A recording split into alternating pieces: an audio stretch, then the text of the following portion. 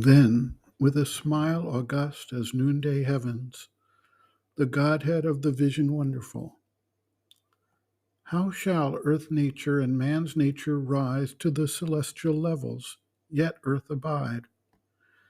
Heaven and earth towards each other gaze, across a gulf that few can cross, none touch, arriving through a vague ethereal mist, out of which all things form that move in space, the shore that all can see but never reach. Heaven's light visits sometimes the mind of earth. Its thoughts burn in her sky like lonely stars.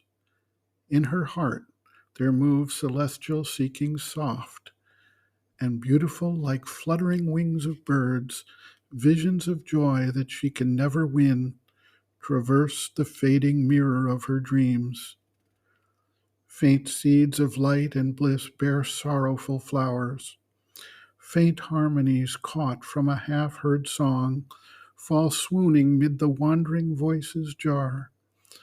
Foam from the tossing luminous seas where dwells the beautiful and far delight of gods, raptures unknown, a miracled happiness, thrill her and pass half-shaped to mind and sense. Above her little finite steps she feels, careless of knot or pause, worlds which weave out a strange perfection beyond law and rule, a universe of self-found felicity, an inexpressible rhythm of timeless beats, the many movemented heartbeats of the one, magic of the boundless harmonies of self, order of the freedom of the infinite, the wonder plastics of the absolute. There is the all truth, and there the timeless bliss. But hers are fragments of a star lost gleam. Hers are but careless visits of the gods. They are a light that fails, a word soon hushed, and nothing they mean can stay for long on earth. There are high glimpses, not the lasting sight. A few can climb to an unperishing sun, or live on the edges of the mystic moon, and channel to earth mind the wizard ray. The heroes and the demigods are few to whom the close immortal voices speak, and to their acts the heavenly clan are near. Few are the silences in which truth is heard, unveiling the timeless utterness in her deeps. Few are the splendid moments of the seers. Heaven's call is rare, rarer the heart that heeds. The doors of light are sealed to common mind, and earth's needs nailed to earth the human mass. Only in an uplifting hour of stress, men answer to the touch of greater things, or raised by some strong hand to breathe heaven air, they slide back to the mud from which they climbed. In the mud of which they are made, whose law they know, they joy in safe return to a friendly base. And, though something in them weeps for glory lost and greatness murdered, they accept their fall. To be the common man they think the best. To live as others live is their delight. For most are built on nature's early plan and owe small debt to a superior plane. The human average is their level pitch, a thinking animal's material range. In the long, ever mounting hierarchy, in the stark economy of cosmic life, each creature to its appointed task and place is bound by his nature's form, his spirit's force.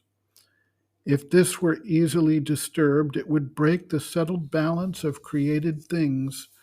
The perpetual order of the universe would tremble, and a gap yawn in woven fate. If men were not and all were brilliant gods, the mediating stair would then be lost, by which the spirit awake in matter winds, accepting the circuits of the middle way, by heavy toil and slow aeonic steps, reaching the bright, miraculous fringe of God into the glory of the Oversoul. My will, my call is there in men and things, but the inconscient lies at the world's gray back and draws to its breast of night and death and sleep. Imprisoned in its dark and dumb abyss, a little consciousness it lets escape, but jealous of the growing light holds back close to the obscure edges of its cave, as if a fond, ignorant mother kept her child tied to her apron strings of nescience. The inconscient could not read without man's mind the mystery of the world its sleep has made. Man is its key to unlock a conscious door, but still it holds him dangled in its grasp.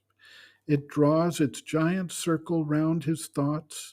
It shuts his heart to the supernal light. A high and dazzling limit shines above.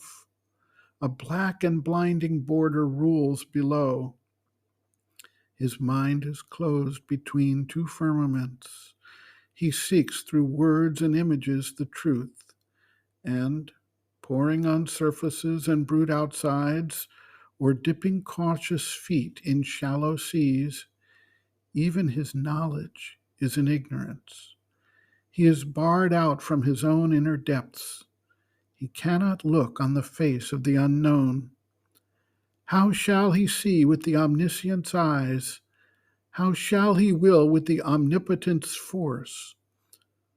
O too compassionate and eager dawn, leave to the circling aeon's tardy pace, and to the working of the inconscient will, leave to its imperfect light the earthly race. All shall be done by the long act of time. Although the race is bound by its own kind, the soul in man is greater than his fate. Above the wash and surge of time and space, disengaging from the cosmic commonality by which all life is kin in grief and joy, delivered from the universal law, the sun-like, single, and transcendent spirit can blaze its way through the mind's barrier wall and burn alone in the eternal sky, inhabitant of a wide and endless calm. O flame, withdraw into thy luminous self, or else return to thy original might on a seer summit above thought and world. Partner of my unhoured eternity, be one with the infinity of my power. For thou art the world mother and the bride. Out of the fruitless yearning of earth's life, out of her feeble, unconvincing dream, recovering wings that cross infinity, pass back into the power from which thou camest. To that thou canst uplift thy formless flight, thy heart can rise from its unsatisfied beats and feel the immortal and spiritual joy of a soul that never lost felicity. Lift up the fallen heart of love which flutters, cast down desire's abyss into the gulfs. Forever rescued out of nature's shapes, discover what the aimless cycles want. There, intertwined with all thy life has meant, here, vainly sought in a terrestrial form. Break into eternity thy mortal mold, melt lightning into thy invisible flame. Clasp ocean deep into thyself thy wave. Happy forever in the embosoming surge, grow one with the still passion of the depths. Then shalt thou know the lover and the loved, leaving the limits dividing him and thee. Receive him into boundless Savitri. Lose thyself into infinite Satyavan. O miracle, where thou beganst, there cease.